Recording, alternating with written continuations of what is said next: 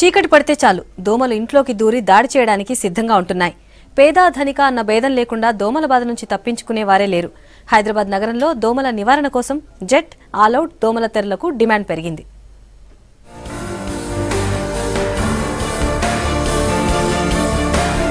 హైదరాబాద్ లో దోమలు రోజు రోజుకు పెరిగిపోతున్నాయి. దోమల బాధ తట్టుకోలేక జనం ఇబ్బందులు పడుతున్నారు. ఒకప్పుడు మురికి కాలువలకే పరిమితమైన దోమలు ఇప్పుడు ఎక్కడ చూసినా కనిపిస్తున్నాయి.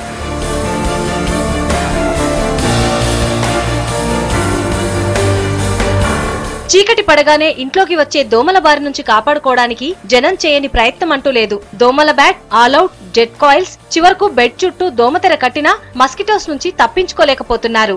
మా ఇంట్లో దోమలు చాలా ఇబ్బంది పెడుతున్నాయి. దోమలు కాయలు వాడతాము అయినా చనిపోవు.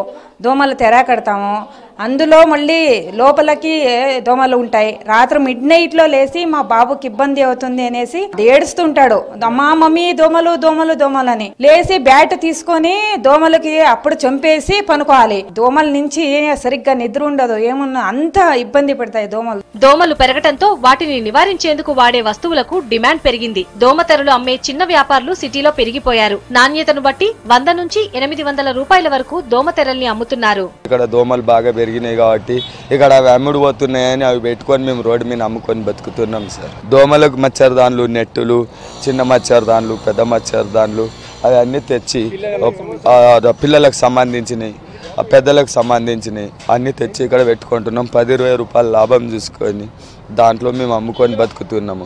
మామూలుగా సేఫ్టీ కోసము ఆల్అవుట్స్, జెట్స్, కాయిల్స్ ఇవన్నీ వాడుతున్నా కానీ ఆల్అవుట్లో కూడా దోమలు అలవాటు పడిపోయినట్టున్నాయి.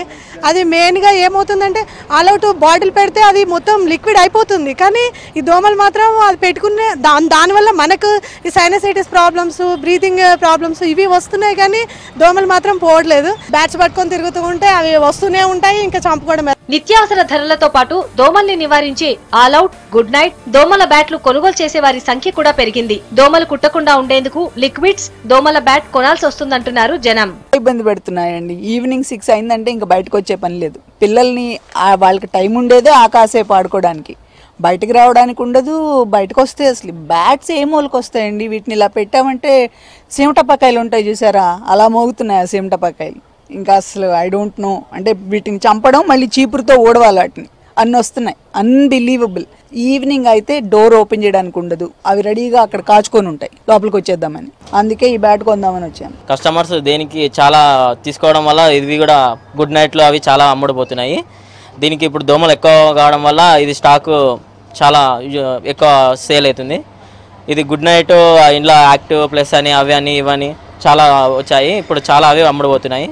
ఇప్పుడు చాలా దోమడం వల్ల ఇవి ఎక్కువ సేల్ అవుతున్నాయి. ఎన్ని లిక్విడ్స్, దోమతెరలు వాడినా మస్కిటోస్ నుంచి విముక్తి కలగటం లేదంటున్నారు జనం. జీహెచ్ఎంసీ క్రమం తప్పకుండా ఫాగింగ్ మెషిన్లు, స్ప్రేలు వాడి దోమల నివారణకు చర్యలు తీసుకోవాలని కోరుతున్నారు.